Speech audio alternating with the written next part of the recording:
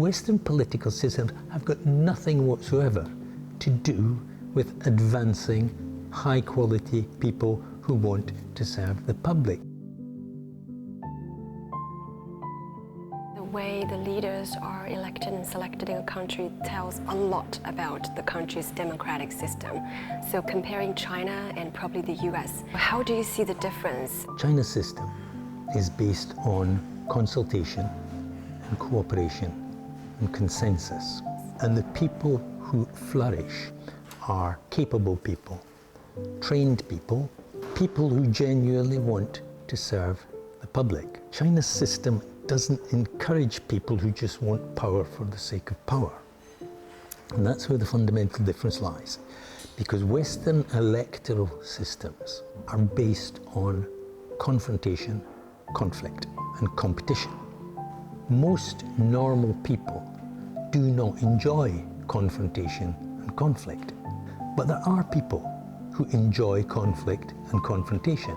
And the problem with the Western political system, that electoral system, is that that is the kind of people who flourish in Western so-called democracies. And that's before you even start to talk about the financial side and how money corrupts politics in the West.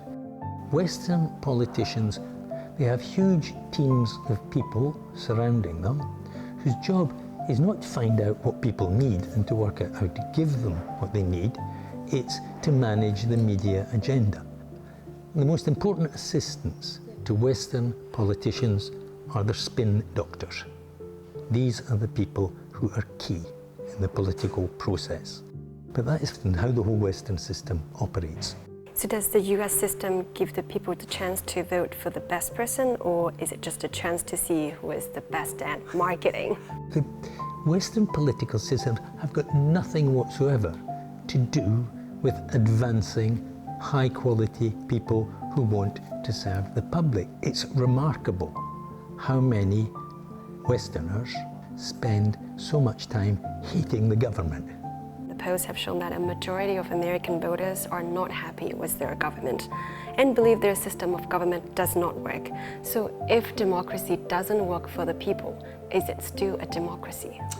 You have dreadful poverty. On the one hand, you have huge wealth on the others. You have third world levels of deprivation. You have racial and other social tensions. You have a massive amount of crime. So if you want to look for models of democracy, then I don't think the US is the right place to look. But I think there's a more important and interesting way of looking at it, which is this. There is not one single example in the whole history of the planet of a poor, underdeveloped country that became a Western-style democracy and went on to enjoy success and prosperity as a result. There's not one single example. Western-style democracy does not create prosperity. It never has, not once. If Western-style democracy is such a great model for poor and underdeveloped countries, then why hasn't it ever worked? No poor, underdeveloped country has actually made Western democracy work. It's not the right model.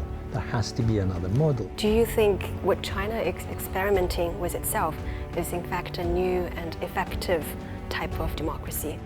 Yes. If you'd asked me that question 20 years ago, I would just have assumed the usual Western arrogance and ignorance. Our model is much better. Having been here, having lived in the country, having actually looked now at what the system is and how it operates, I would say the opposite. In the West, you always have this confrontation that normally it works itself out into a two-party split. And it's very difficult to make progress when you've got that situation.